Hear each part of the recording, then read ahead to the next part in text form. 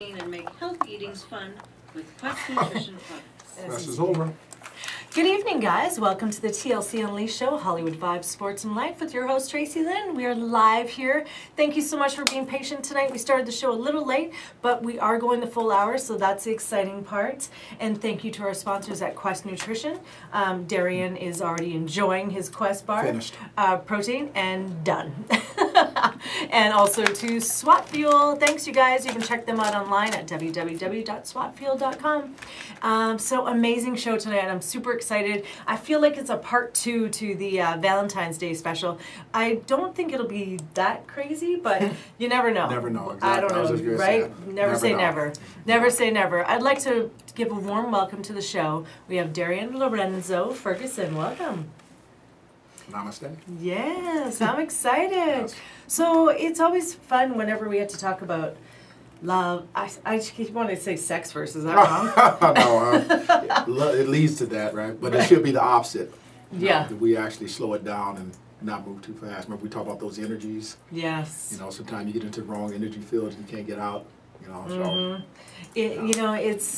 We're a little tinny there. We're going to be talking about a lot of different things today, and it's going to pertain to everybody because everybody's been in love. Everybody's had sex. Well, not everybody, but that was a little weird. Age, okay. Well. But everybody's been through something. We all have a story. Life is life, and we're going to be digging deep today. And you get a female's perspective, and you also get a male's perspective. And I wanted to give a shout out to. It's funny. Shout out to Nino and Nika Cristiani. They were on the show last week with the EMS Power Suit.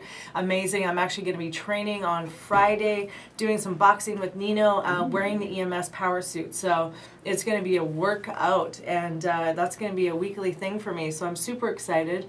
But it was funny because Nika's like, "You always have good-looking guys on your show," and I was like, "That's right."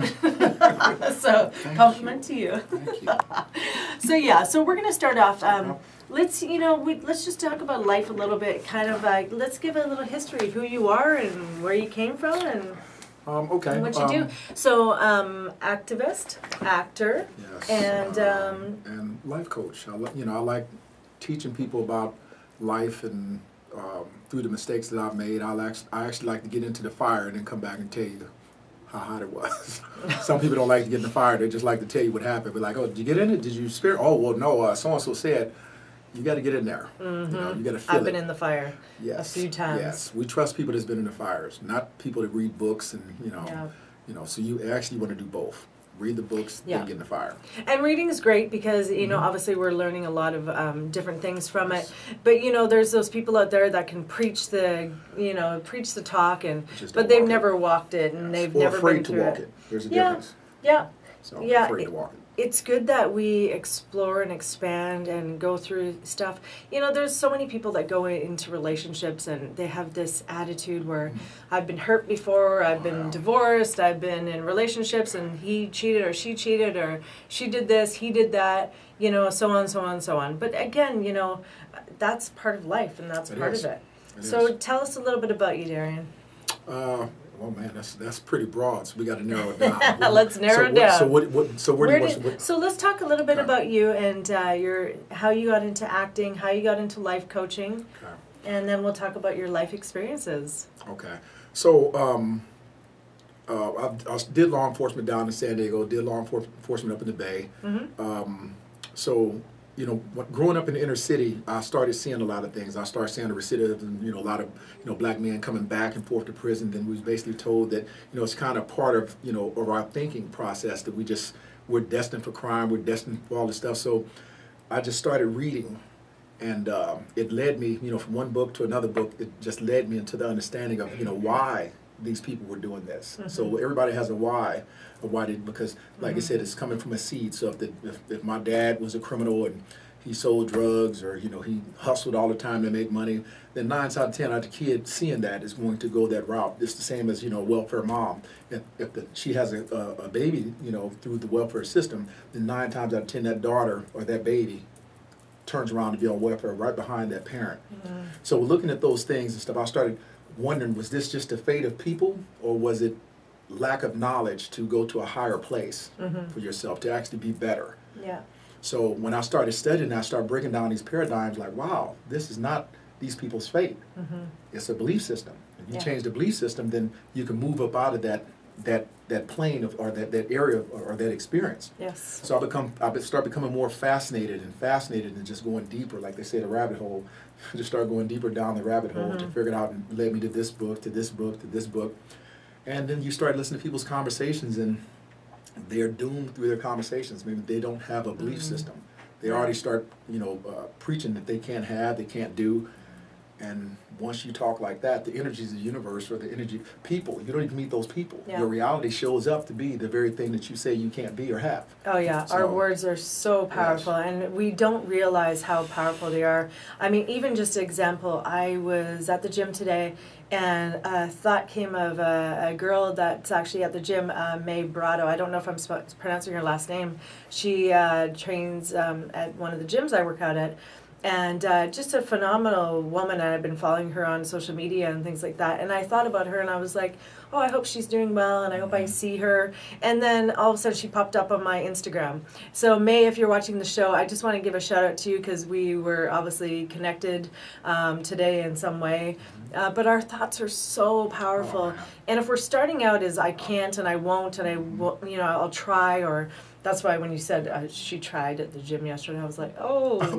well, she went to a try. So we're not going to say she started off with a try. So I started out solid. Solid, then it went down to a try. So we got to, give some merit points. 'Cause she did come in. She did come in there blazing. But then after a while, it just, the body, like I said, it has only so much energy in it, right? Yeah, absolutely. So, yeah. But is coming into it with the thought of I can and I am and I will and I'll do. And I am is one of the most powerful words. Absolutely. I am affirmations are ones that I listen to every single day. And people must think I'm crazy because I'm like whispering under my breath. Because when I go into the sauna or whenever I'm in the gym and stuff like that, it's always I am this, I am that, I am blessed, I am grateful, I am this. And just putting intent and power into it, I was listening to Bruce Lipton. I've been listening to a lot of his stuff lately, and he said his name, he's not really Bruce, he's a community of cells. So then I was reading Bob Proctor this morning, and he was saying that, when we say certain things, our thoughts actually start the vibration of our cells in our body, which starts to bring experiences to us to create our reality. And that blew me away. Yes. So when you say bad things, and like a good example, so I'll say, if you say I don't feel good, what happens to your physiology? And automatically your chest goes down. Everything crumbles you say I feel great. It's just the I don't know if it's automatic. I feel great. Automatic. Your eyes open up, your chest goes up. Yeah. So basically, like he was saying, is that those cells are vibrating. When you say good things or whatever, those cells start vibrating to match those experiences. So when you're saying, I am, and you say, people might not understand it, but you understand it. Yeah. And you know what you're doing, because this is not actually taught to people. No. And this is from experience, and that's the thing.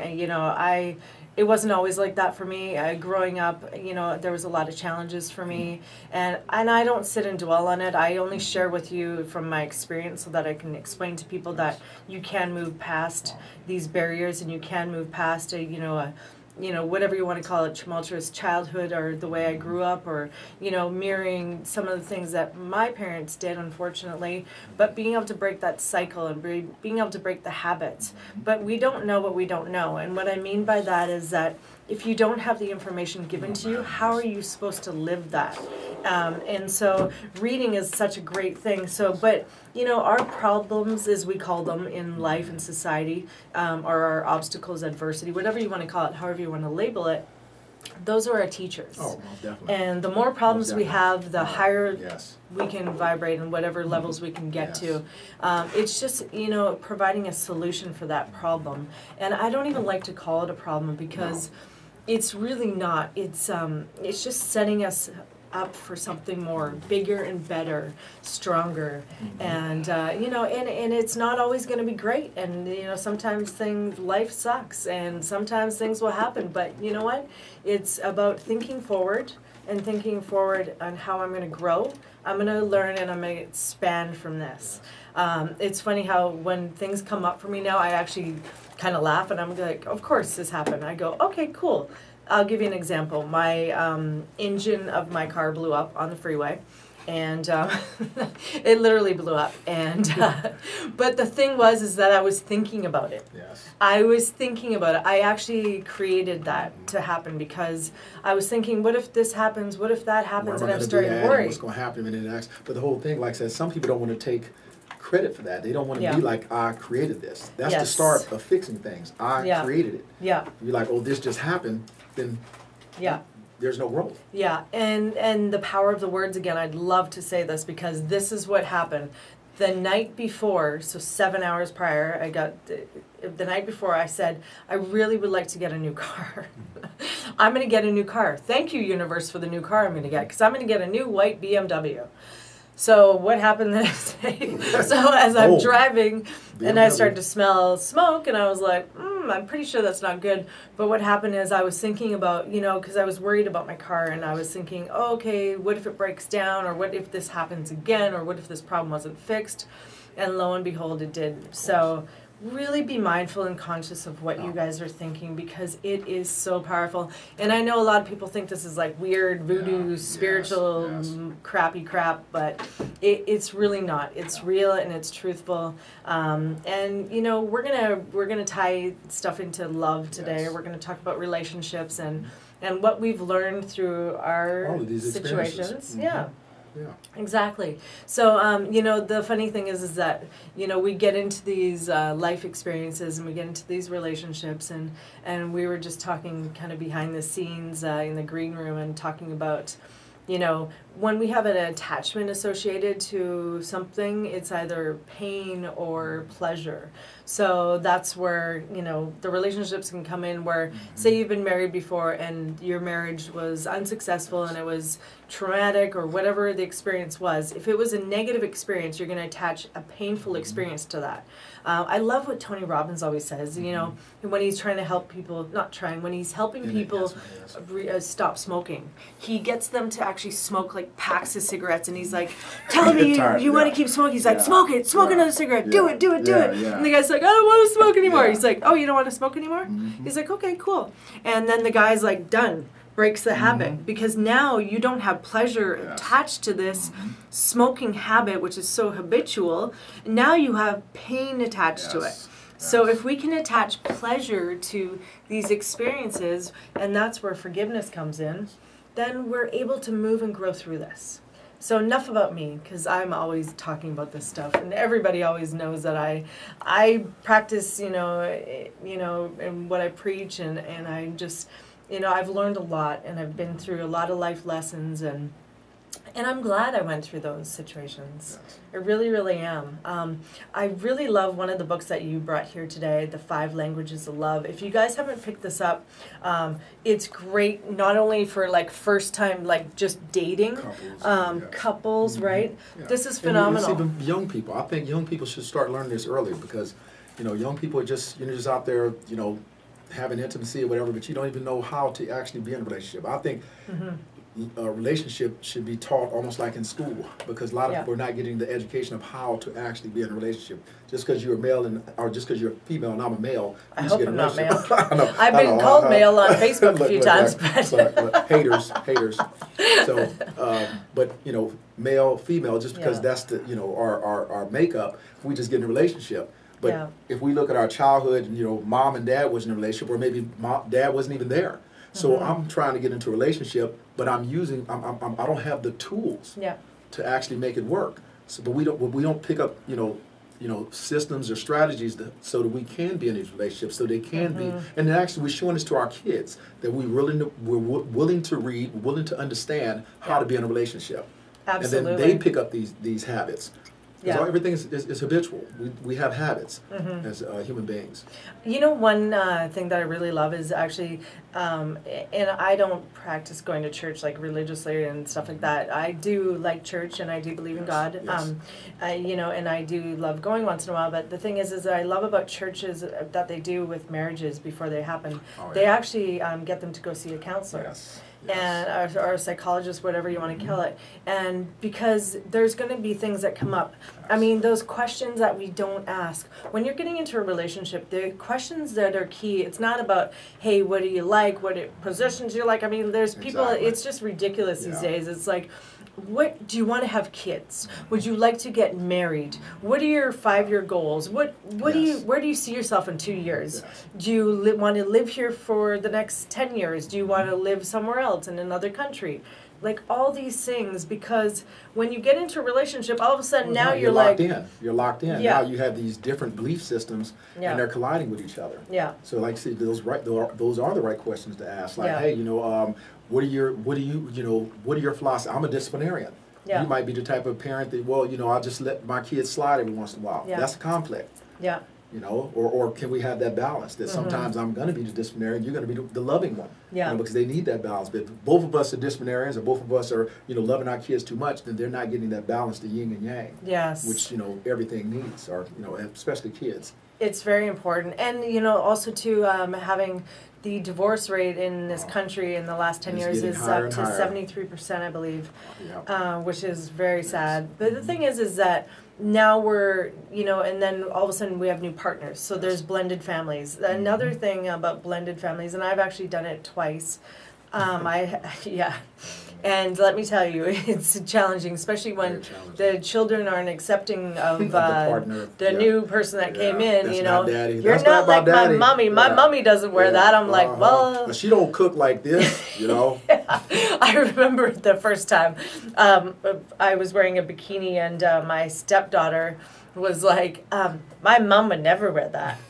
And I just start to laugh, and and then I thought about it from the child's point of view, because you don't want to punish the children, Exactly. because it's Yes. not their fault. They don't understand. They don't know what they've signed up for, and they don't have the choice. So. Yes. I just said, you know what? I bet whatever your mom wears is beautiful, sweetie. Yes. And she just she goes, yes, and and then she snuggled up to me and we Yeah, so bonded. being the bigger person, she could actually Yeah. attack the kid or feel some type of way. Yeah. But like I said, she's the bigger person because she pretty much understands where that little girl was at. Like I said, the little girl Yeah. probably was missing her mom and wanted to probably not used to seeing her mom wearing a bikini, whatever. When you said what you said, it allowed her to put her guard down and be like, Yeah. oh, you said something nice about her mom. Yeah, exactly. And and that's the one thing. We have to be very mindful of our speech and our words, and think before you speak. There's this, the easy button. That was easy from Staples. Oh, yeah. I have a pause button that I have to continuously slam dunk, because if I don't hit it, some things will come out of my mouth that I shouldn't say. So I pause, I take a minute, and I think about it. And when I speak with compassion. And what I mean by that is that we should always be speaking from compassion, because if you have compassion for another person, before you speak, it will come out in that. So I'll give you an example. Somebody says something to you that you don't like.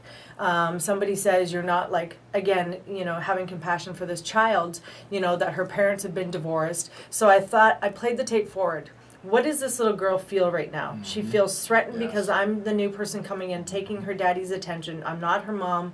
I'm not all these things. So think about all these things, and you can use this in any context, Mm-hmm. whether it's an ex-wife or an ex-husband. Yes. You know what?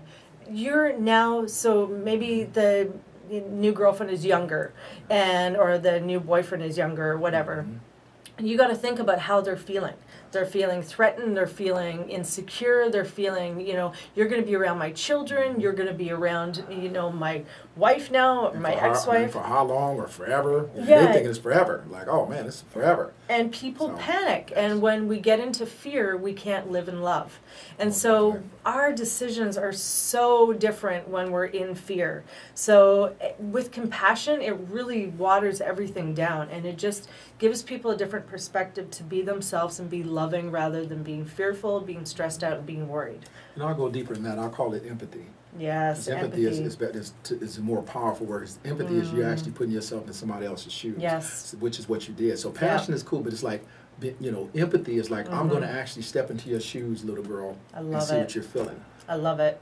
I Yeah. feel, because I remember the little girl in me. Mm-hmm. I might not experience this, but maybe, my parents weren't as close. Yeah. So I'm sitting in your shoes, even as an adult, but like I said, we're multi-dimensional people, and I think the multi-dimensions is the age factors that, from 10 to Yes. 14 to 15, we're experiencing Yeah. different things in life. So we can actually recall those experiences. So we can Mm-hmm. go right back to that age where that little girl was, and like, oh, I remember at this age, Yeah. I felt some type of way. So for me to attack this little girl, I'm not going to attack her. I want to make her feel good. So I'm going to put myself in her shoes and be like, wow, okay, well, maybe whatever your mom has is beautiful. Yeah. So this little girl like, wow, I can trust this lady. Yeah. And empathy, I love that word. Yeah. I'm very empathetic to a fault It's a not- lot it's of not hard. You times. just watch who you give it to. Yes, absolutely. All good is not bad if you're giving it to the right person. It's so true, and having empathy is such a beautiful characteristic. You know, and I do love that part. It's a lost art. Yeah. A lot of people are about themselves. It is. You know, what about me? What about me? What about me? Well, you know, it has to be about us. Yeah. Team or, togetherness. Yeah. Because one person's getting too much attention, then that means somebody's not getting it. Yeah. If you put it like, what was another, I read a lot of books. So what was the book that I had read, The Big Leap? And it talked about if each partner takes 100% responsibility, then what is there to give to you? You did this to me. Then I'll have to step back like, what did I do? Mm-hmm. So if I look at what I do, I don't have to look at what you did. Yeah. So then I get a chance to grow. But if I'm looking at this is what you did, Yeah. Then I don't have to make any move for growth because I got to wait for you to make it. Yeah. Because this is what you did. If you look at what you did, I look at what I did. And we come back together like, hey, you know what? I'm sorry I did X, Y, and Z to you. And you're like, oh, wow. Mm-hmm. Wow. Well, Yeah. I'm sorry that I did this to you. Yeah. So that makes you look at yourself because I looked at myself. But if I'm looking at you, Yeah. what does that do to you? That makes you look at me. Yeah. And the one thing I got to Yeah. touch on that is that it's not always going to go that way too. No. So there is going to be sometimes where there's going to be the bigger person in this Oh, yes, situation. yes. Whether it's the man Don't or the have to woman. win all the time. Yeah, and it's like, would you rather be happy or would you rather be right? So Exactly, I yes. definitely would rather be happy. Yes. But I've learned that over time. I mean, I wasn't always like Oh, that. yeah. It's evolution. We're evolving beings, expanding beings. And all this experience help us to expand. I mean, if it wasn't, like I said, relationship to something, then how do we know? Yeah. You know? And the empathy, I love it. We're going to tie it back into everything because if you do have empathy for other people, you can empathize with, hey, they may have not grown up a certain way. They may have not grown up with two parents. Maybe I have empathy for you because you lost your mother and, and you're going through this. Because we all have these trigger points. So we're triggered by something. Triggers, yeah. And especially in relationships, triggers are the biggest thing. Yeah. So And but it takes being in a relationship long enough to see your partner's Yeah. triggers. So the honeymoon stage is always great because everybody's hiding those triggers. Oh, it's not going to let you see this. Normally I would go off right here, but I'm going to suppress that for a little bit. Yeah. For a couple more months, maybe a year or two, and then all rawr, like who is this Year or person? two? Wow, that's actually No, I long. didn't say. I said a couple of months or a year, not two. Because they hold it for 2 years. It's like, wow, you're pretty good. Then they jump out of There's the a gate. huge explosion after 2 years. No, right? I actually huge experienced explosion that. after 2 years. That is why I'm Boom, divorced. kaboom, kaboom. I was like, whoa, wait a If minute. you hold it 2 years, that's a huge explosion. That pot is being actually Oh, yeah. suppressed. Oh yeah, well that could happen when you do long distance dating relationships. But that's another way out Yeah. too, though. Yeah. If you get long distance dating, it's like what they say. Your dating was safe. So if Yes. a person they're too young, they're not the person you're not going to be in a relationship with the person, or the relationship can never evolve because the person's too young. They live on the other side of the country. Yeah. And it's like so that's safe dating. Yeah, So you already but pretty if much you marry them, then your odds are pretty, pretty what. pretty. What's the word I'm looking for? Challenging. Yes, because more you don't know a person, and that's Oh, the yeah. thing. That's the key that I'm asking. We're so scared to ask questions Oh, these man, days, yes. and that's the thing. I interview people for a living, so I ask a lot of questions. I remember my ex-husband saying to me that you ask too many questions, I know. and he goes, "You I've remind had me that of my before. mom." Yeah. And I said, "You actually very intelligent people ask a lot of questions." Yes, And my teacher said that. yes, I've always Sign been of very a curious. very smart person. Yes. That you're not afraid to ask questions. And why would I not want to ask questions? Because you want to get to know the person, and everything's kind of with things being so accessible. And I always go back to the dating world and dating apps and. All these apps. You got Tinder, you got Bumble, you got Plenty of Fish, you got. I mean, I don't even. All of them. Yeah. And I don't have anything against No. dating apps and stuff like that because I do actually experience those myself. But the thing is that everything's accessible. Oh, and easy. So if this relationship's not Yep. working right, I just jump over to this one right here. Yeah. So you're not actually allowing yourself to do the work. Exactly. The inner work. As soon as the pain hits, oh, forget this. I'm not. But that's Yeah. a habit too, though. Yeah. And I've had friends that they like to mess with a lot of women. They can't stay in a relationship or they can't stay faithful to a woman. It's like, well, that's a habit. Yeah. You have not practiced the other habit. The other habit is, not taking these girls' numbers, not trying to get after this girl. That actually starts becoming a habit. Yeah. And it's in those problems when you have a problem with your wife or your girlfriend that you have to really stand strong on this habit. You got to dig in. You got to dig in. You got to dig in, and you not got to go out stay there in and get it. numbers and get more attention. You sit in Yeah. that space, so now that becomes the new habit. Yeah. And Yeah. you would rather work out the situation with your girlfriend or with your wife because I have no other place to go. Yeah. And the grass is not greener on the other side. We know that. But Some don't. But yeah, Or they'll some try don't. to keep making it. Yeah, green. or they So that means it becomes artificial, right? It ain't real grass. artificial grass. Yeah. It Some ain't artificial real grass. It's artificial grass. It It is ain't real grass. not real. That is not It's real like grass. AstroTurf. It's artificial.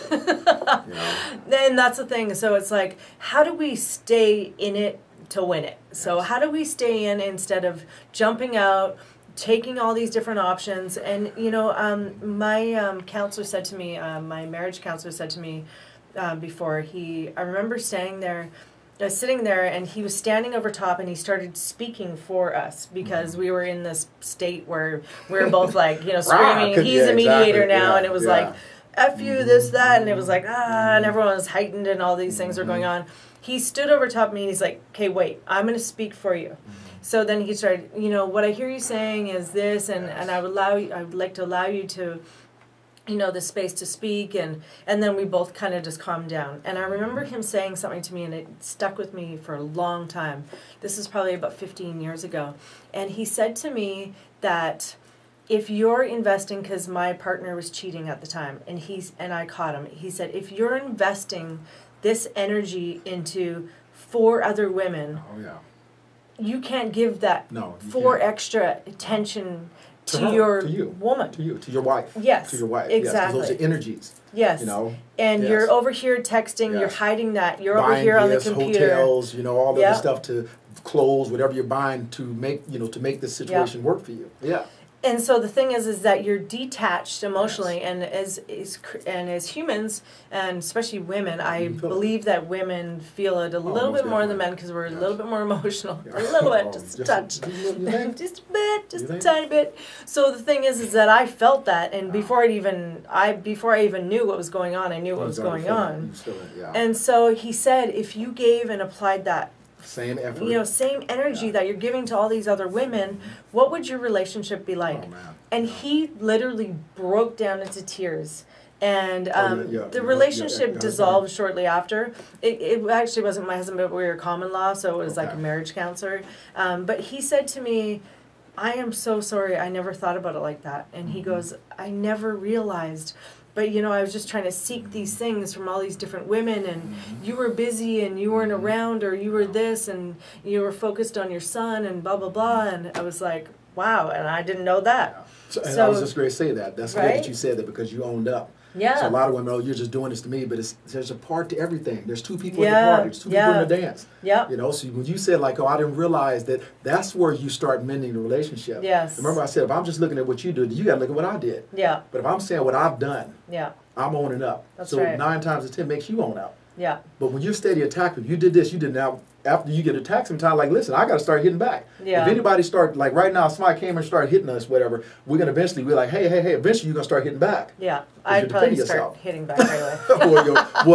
Most definitely I would have, but I was trying to be a little, trying to keep it out of I'm actually not kidding. I would totally But that's the point that I'm saying is owning up to your own part of where you could have been better. And it comes down to, like I said, having a safe place to have those conversations. But it starts off, we was going to a marriage, and I'll give a shout out. Her name is Pat Ward, because she actually, she lives in New Jersey. Probably one of the best marriage teachers or relationship that I've ever been to. Okay. She had us do the, it'll come to me.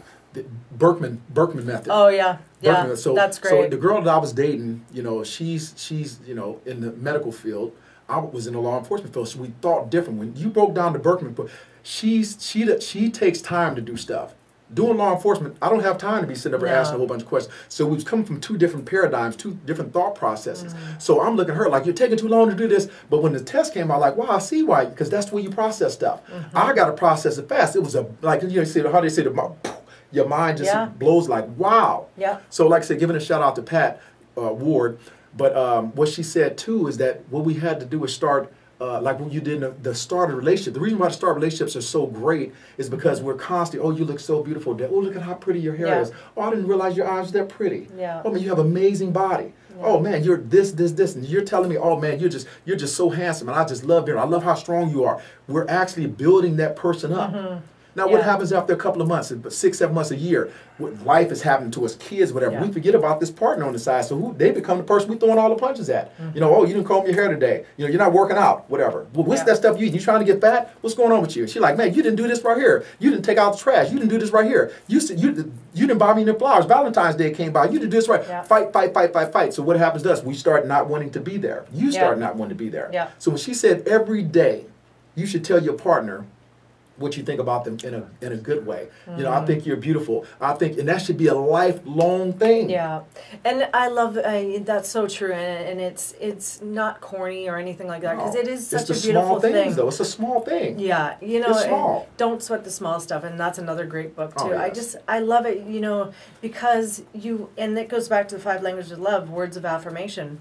Even if it's a simple little thing, you know what? Like, just tell somebody, I appreciate you.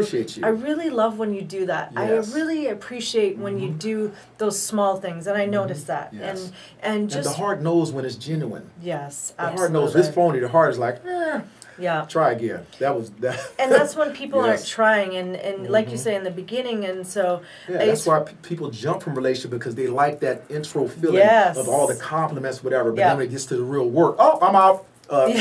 Matchbook.com, Tinder, Bumble. Let me get over here so I can get more of that. Yeah, absolutely. And then the ego comes into play. And so, and that's the thing, you have to be really mindful and create a space for yourself to ask yourself the questions too. What do I really want? Where am I at right now in my life? How could I be better? How could I be better? What do I have to offer? And, you know, the biggest thing for me is, and I tell guys when I meet them and when I'm dating, is that I already have an existing beautiful life. I love my life. Yes. And I would love, no, not what I would love. What I would love and what I need are these things from you. What I need for you is to be a bonus in my life and add value. What value can you add to my already existing great life? And it's not like, you know, asking for like materialistic things or anything like that. It's the energy source. It is. You know, it's the energy source. What are you going to do for the person? And you should add value to someone's life each and every day. So again, acts of service. So for me, I love acts of service. I love where, you know, people are going, what can I do for you? I know you're, say for example, I know you're super busy, you're running 2 careers, you're doing this, you're doing that. You have a kid, you might have a young kid that you have to, you know, tend to. Yeah. What can I do for you? Is there something, I want a small thing. Can I go pick you up a coffee today? Yes. Can I go grab some groceries for you? And also, these women that are working women, you have to allow that man to do that. Because what happens if you don't allow that man to do that, he becomes shut off. He's going to stop asking, babe, can I take your car to get fixed? Babe, can I do this? Oh, I don't have to. Oh, this. Oh, you know, oh, no, I got it. Now the car done blown up. You know, now you didn't go do this, and now you're yelling at the guy. You're like, well, I asked you over and over again, can I do this? You froze me. I got the point. I stopped asking because every time I asked, you told me you got it. Yeah, so and that's another thing. That's a great point. Yes. And I know from experience, because I was that, you know, strong woman before, and I've learned to accept it now, and I'm grateful and gracious, and I accept the offers because I know I'm worth it. I know, but the bigger thing. And the man wants to feel helpful. He wants to feel like he's helpful. Needed and there you go. Wanted and needed, but needed more than anything, right? Yes, most definitely. Okay, I have learned that. It becomes See, I learned something. Who was that T.D. Jakes that said this? He said that T.D. Jakes was Monroe, what's something Monroe. Okay. Anyway, he's like but he said, a man, this was deep for me. He said, a man doesn't want love. He wants respect. He said, because he equates respect as love. Absolutely. I was like, wow. So when you're telling your man, you know, how much you cherish him, how much you honor him, and how much, you know, you admire, that's showing respect to him. Yes, absolutely. Yeah.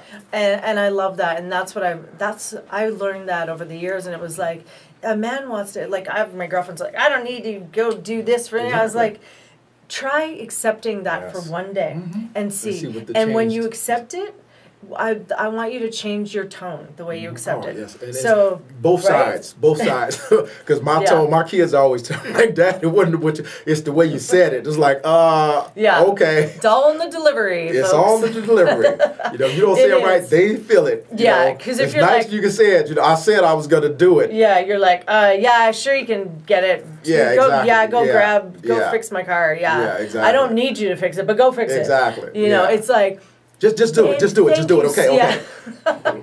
Get your ass out of Listen, here, we right? got somebody. We got Lee laughing. understands, He's yeah. laughing. Yeah. No, but you know what, and so how that would look differently. So let's do things differently, because what worked for us before Oh no. It doesn't didn't work for us before is not going to work for us again in the same fashion. So let's try it a little different. So let's tell you how it could sound different. You know what, I really appreciate you offering to go fix my car, and I am very busy, and thank you so much for recognizing that, and I would love and appreciate that so much. Thank you.